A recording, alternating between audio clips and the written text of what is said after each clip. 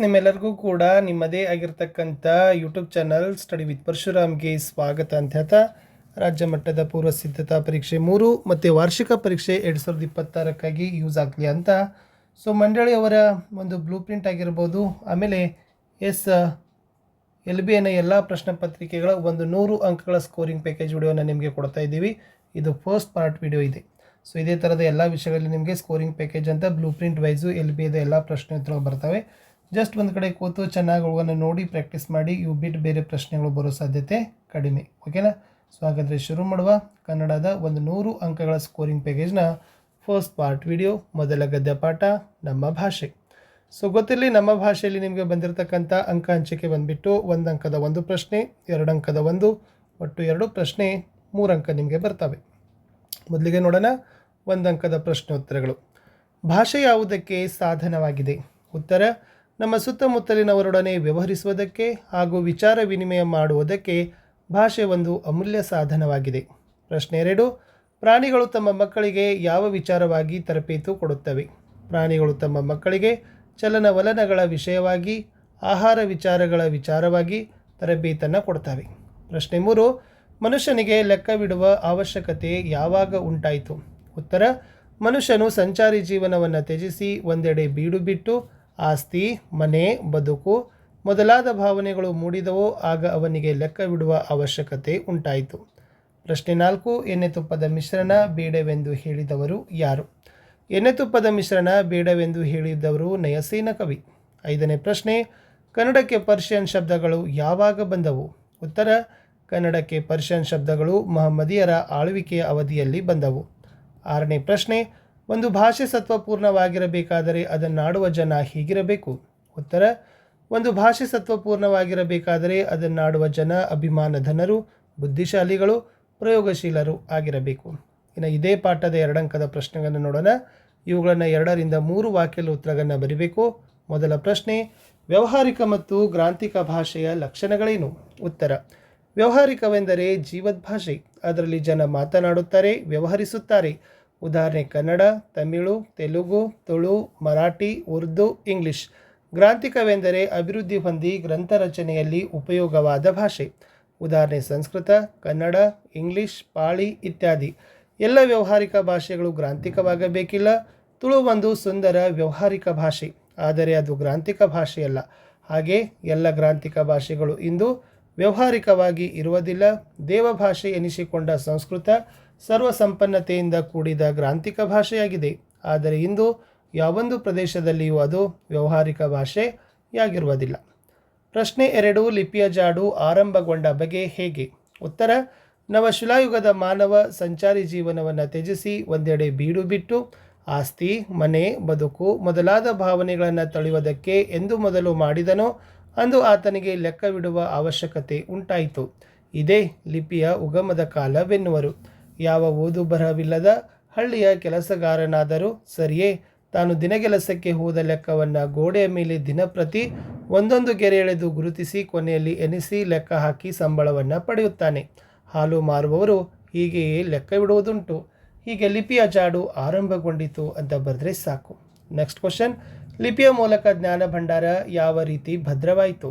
ಉತ್ತರ: ಮಾನವನಿಗೆ ಬಿಡುವು ಹೆಚ್ಚಿದಂತೆ ಜೀವನದ ಸೌಕರ್ಯಗಳನ್ನು ವಿಶಿಷ್ಟ ಮೇಧಾಶಕ್ತಿಯಿಂದ ಅಭಿವೃದ್ಧಿಗೊಳಿಸುತ್ತಾ ಹೋದಂತೆ ತನ್ನ ಆಗುಹೋಗುಗಳನ್ನು, ಸುಖ ದುಃಖಗಳನ್ನು ಕಾವ್ಯರೂಪಕ್ಕೆ ಇಳಿಸುವ ಮಾರ್ಗವನ್ನು ಕಂಡುಕೊಂಡನು. ಸಾಹಿತ್ಯ ವಿವಿಧ ರೂಪದಲ್ಲಿ ಬೆಳೆಯಿತು. ಲೆಕ್ಕಪತ್ರಗಳನ್ನಿಡಲು ಉಪಯುಕ್ತವಾದ ಮೂಲ ಲಿಪಿಯನ್ನು ಮತ್ತಷ್ಟು ಪರಿಷ್ಕರಿಸುತ್ತಾ ಸುಂದರವಾದ ಸಾಹಿತ್ಯ ಕೃತಿಗಳನ್ನು ಬರೆದಿಡುವುದನ್ನು ಮಾನವ ಕಲಿತುಕೊಂಡ. ಆ ಲಿಪಿಯ ಮೂಲಕ ಪರಂಪರೆಯಿಂದ ಬಂದ ಎಷ್ಟೋ ವಿಷಯಗಳನ್ನು ಬರೆದಿಡಲು ಸಾಧ್ಯವಾಯಿತು. ಜ್ಞಾನ ಭಂಡಾರ ಭದ್ರವಾಯಿತು. ಸಂಸ್ಕೃತಿಯ ಇತಿಹಾಸ ಉಳಿಯಿತು. ಪ್ರಗತಿಪಥ ಸುಗಮವಾಯಿತು.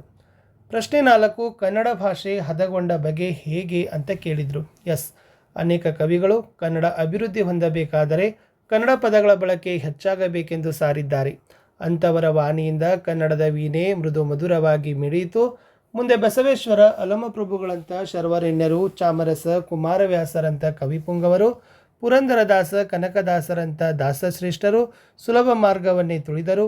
ತಮ್ಮ ತಮ್ಮ ಅನುಭವ ಸಾರವನ್ನು ಸುಲಭವೂ ಸುಂದರವೂ ಸಹಜವೂ ಆದ ಮಾತುಗಳಿಂದ ಹೃದಯ ಮುಟ್ಟುವಂತೆ ಅಭಿವ್ಯಕ್ತಪಡಿಸಿದರು. ಹೀಗೆ ಕನ್ನಡ ಭಾಷೆ ಹದಗೊಂಡಿತು. ಕಡೆ ಪ್ರಶ್ನೆ: ಆಂಗ್ಲ ಭಾಷೆ ವಿಶ್ವವ್ಯಾಪಿಯಾಗಲು ಕಾರಣವೇನು? ಉತ್ತರ: ಆಂಗ್ಲ ಭಾಷೆ ಯುರೋಪಿನ ಸಾಮಾನ್ಯ ಭಾಷೆಗಳಲ್ಲಿ ಒಂದಾಗಿತ್ತು. ಆಂಗ್ಲ ಜನತೆ ಸಾಹಸ ಜೀವಿಯಾಯಿತು, ಬುದ್ಧಿಶಾಲಿಯಾಯಿತು. ಸೂರ್ಯನು ಎಂದು ಮುಳುಗನೆನ್ನುವಂಥ ವಿಸ್ತಾರವಾದ ಸಾಮ್ರಾಜ್ಯವನ್ನು ಸ್ಥಾಪಿಸಿತು. ದೇಶ ವಿದೇಶಗಳ ಭಾಷೆ ಹಾಗೂ ಸಾಹಿತ್ಯ ಸಂಸ್ಕೃತಿಯನ್ನು ಆಂಗ್ಲ ಪಂಡಿತರು ಮುಕ್ತ ಮನಸ್ಸಿನಿಂದ ಅಭ್ಯಸಿಸಿದರು. ತನ್ಮೂಲಕ ತಮ್ಮ ಭಾಷೆ ಮತ್ತು ಸಾಹಿತ್ಯವನ್ನು ಹಿಗ್ಗಿಸಿದರು, ಅರಳಿಸಿದರು. ಎಲ್ಲಕ್ಕೂ ಮೇಲಾಗಿ ಮಹಾಮೇಧಾವಿಗಳು ತಮ್ಮ ಆಸೆ, ಆಕಾಂಕ್ಷೆ, ವಿಚಾರ ಮುಂತಾದವುಗಳನ್ನು ಆ ಭಾಷೆಯಲ್ಲೇ ಹೇಳಬೇಕೆಂಬ ಉಜ್ವಲ ಅಭಿಮಾನವುಳ್ಳವರು ಆಗಿದ್ದರು. ಆಂಗ್ಲ ವಿಜ್ಞಾನಿಗಳು ಮುಖಾಂತರವೇ ರಾಜಕಾರಣಿಗಳು, ಅರ್ಥಶಾಸ್ತ್ರಜ್ಞರು ಹೀಗೆ ಎಲ್ಲರೂ ತಮ್ಮ ಭಾಷೆಯನ್ನು ಬಳಸಿದುದರ ಪರಿಣಾಮವಾಗಿ ಆಂಗ್ಲ ಭಾಷೆ ಬೆಳೆದು ವಿಶ್ವವ್ಯಾಪಿಯಾಗಲು ಕಾರಣವಾಯಿತು ಅಂತ ಬರೆದ್ರೆ ಸಾಕು. ಇನ್ನು ಮುಂದೆ ಹೋಗೋಣ. 2ನೇ ಗದ್ಯ ಪಾಠ ವ್ಯಾಘ್ರಗೀತೆ. ಇಲ್ಲಿ 1 ಅಂಕದ 1 ಪ್ರಶ್ನೆ, 3 ಅಂಕದ 1 ಪ್ರಶ್ನೆ, ಒಟ್ಟು 2 ಪ್ರಶ್ನೆಗಳು, 4 ಅಂಕ. ಮೊದಲಿಗೆ ನೋಡುವ 1 ಅಂಕದ ಪ್ರಶ್ನೆ ಮತ್ತು ಉತ್ತರಗಳು. ಭಗವದ್ಗೀತೆಯನ್ನು ರಚಿಸಿದವರು ಯಾರು? ಉತ್ತರ: ಭಗವದ್ಗೀತೆಯನ್ನು ರಚಿಸಿದವರು ವೇದವ್ಯಾಸರು. ಹುಲಿಗೆ ಪರಮಾನಂದವಾಗಲು ಕಾರಣವೇನು? ಶಾನುಭೋಗರ ದುಂಡು ದುಂಡಾದ ಶರೀರವನ್ನು ನೋಡಿ ಹುಲಿಗೆ ಪರಮಾನಂದವಾಯಿತು. ಶಾನುಭೋಗರಿಗೆ ತಲೆ ಸುತ್ತಲು ಕಾರಣವೇನು? ಹುಲಿಗೆ ತಮ್ಮ ಮುಖದರ್ಶನವಾಗದಂತೆ ತಪ್ಪಿಸಿಕೊಳ್ಳುವ ದೊಬ್ಬರಾಟದಲ್ಲಿ ಕುಲಾಲ ಚಕ್ರದಂತೆ ತಿರುಗಿದ್ದರಿಂದ ಶಾನುಭೋಗರಿಗೆ ತಲೆ ಸುತ್ತಲು ಆರಂಭಿಸಿತು. ಶಾನುಭೋಗರ ಬ್ರಹ್ಮಾಸ್ತ್ರ ಯಾವುದು? ಉತ್ತರ: ಕಿರದಿ ಪುಸ್ತಕ.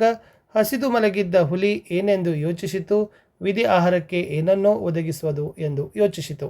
ಶಾನುಭೋಗರ ರಾಜಭಕ್ತಿಯ ಲಾಂಛನ ಯಾವುದು? ಕಿರದಿ ಪುಸ್ತಕ. ಶಾನುಭೋಗರನ್ನು ಮೂರ್ಛೆಯಿಂದ ಎಚ್ಚರಿಸಿದವರು ಯಾರು? ಚಿಕ್ಕನಾಯಕನಹಳ್ಳಿಗೆ ತೆಂಗಿನಕಾಯಿ ತೆಗೆದುಕೊಂಡು ಹೋಗಿದ್ದ ರೈತರು. ಇನ್ನು ಶಾನುಭೋಗರು ತಮ್ಮ ಹಳ್ಳಿಯನ್ನು ತಲುಪಬೇಕಾದರೆ ಯಾವ ಕಣಿವೆಯನ್ನು ದಾಟಿ ಹೋಗಬೇಕಾಗಿತ್ತು? ಮದಲಿಂಗನ ಕಣಿವೆಯನ್ನು ದಾಟಿ ಹೋಗಬೇಕಾಗಿತ್ತು ಅಂತ ಪೂರ್ಣ ವಾಕ್ಯದಲ್ಲಿ ಬರೀಬೇಕು. ಇನ್ನು 3 ಅಂಕದ ಪ್ರಶ್ನೆಗಳು. ಸೊ ಫಸ್ಟ್ ನೋಡೋಣ, ಲೇಖಕರ ಪರಿಚಯ. ಇದು most important. N Murthy Rao. So N Murthy Rao ಅವರ ಕಾಲ ಬಂದ್ಬಿಟ್ಟು ಸಾಮಾನ್ಯ ಶಕ ವರ್ಷ 1900. ಸ್ಥಳ ಮಂಡ್ಯ ಜಿಲ್ಲೆಯ ಅಕ್ಕಿ ಹೆಬ್ಬಾಳು.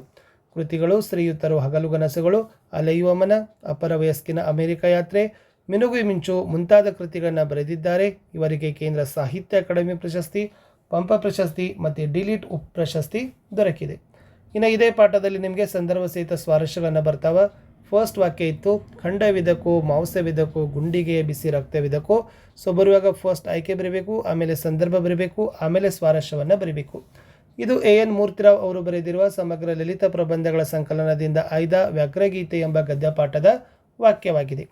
ಸಂದರ್ಭ: ಹುಲಿ ಶಾನುಭೋಗರಿಗೆ ಅಭಿಮುಖವಾಗಿ ಬರಬೇಕೆಂದು ಪ್ರಯತ್ನಿಸಿ ವಿಫಲವಾದಾಗ ಬೆನ್ನ ಹಿಂದಿನಿಂದ ಬಿದ್ದೇ ಬಿಡಲೆ ಎಂದು ಅವರ ಮನಸ್ಸಿನಲ್ಲಿ ಗೊಂದಲ.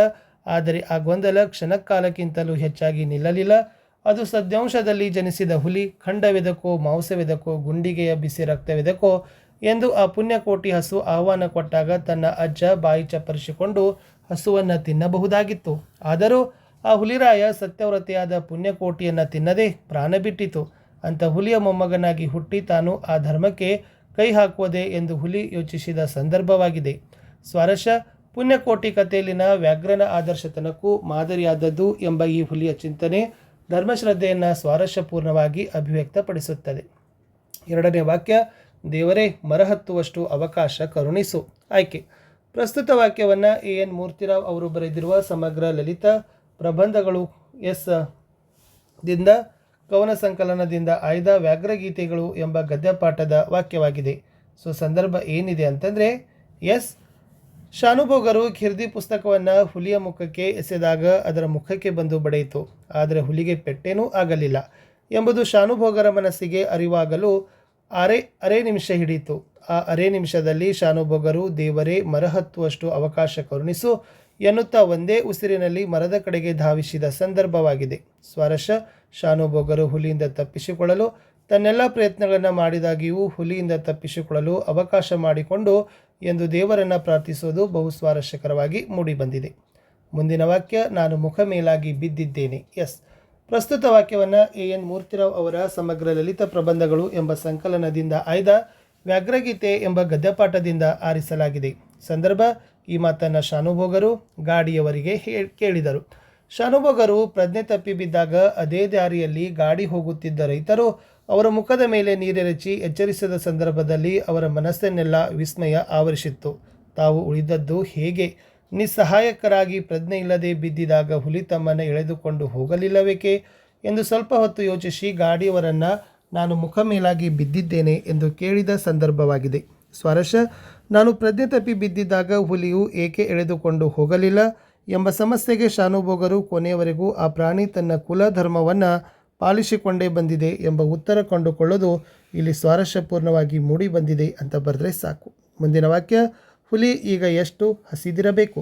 ಆಯ್ಕೆ, ಈ ವಾಕ್ಯವನ್ನು ಎನ್ ಮೂರ್ತಿರಾವ್ ಅವರ ಸಮಗ್ರ ಲಲಿತ ಪ್ರಬಂಧಗಳು ಎಂಬ ಸಂಕಲನದಿಂದ ಆಯ್ದ ವ್ಯಾಘ್ರಗೀತೆ ಎಂಬ ಗದ್ಯಪಾಠದಿಂದ ಆರಿಸಲಾಗಿದೆ.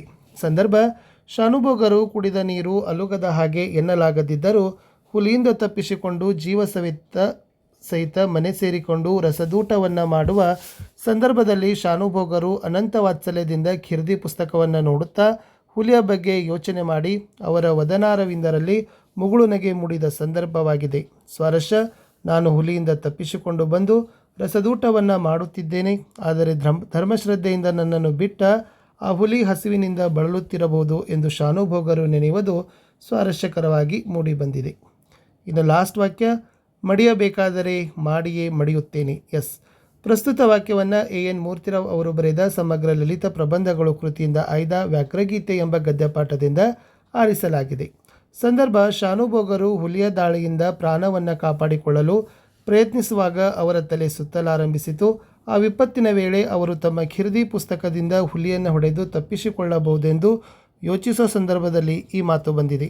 ರಣರಂಗವನ್ನು ಪ್ರವೇಶಿಸಿದವನು ಶತ್ರುವಿನೊಡನೆ ಹೋರಾಡಿ ಗೆಲ್ಲಬೇಕು, ಇಲ್ಲವೇ ವೀರಮರಣವನ್ನು ಒಪ್ಪಬೇಕು ಎನ್ನುವಂತೆ ಸುಲಭವಾಗಿ ಹುಲಿಗೆ ತಾವು ಆಹಾರವಾಗಬೇಕಿಲ್ಲ ಎಂದು ಶಾನುಭೋಗರು ಸಂದರ್ಭೋಚಿತವಾಗಿ ಯೋಚಿಸಿರುವುದು ಇಲ್ಲಿ ಸ್ವಾರಸ್ಯಕರವಾಗಿ ಮೂಡಿ ಬಂದಿದೆ ಅಂತ ಬರೆದ್ರೆ ಸಾಕು.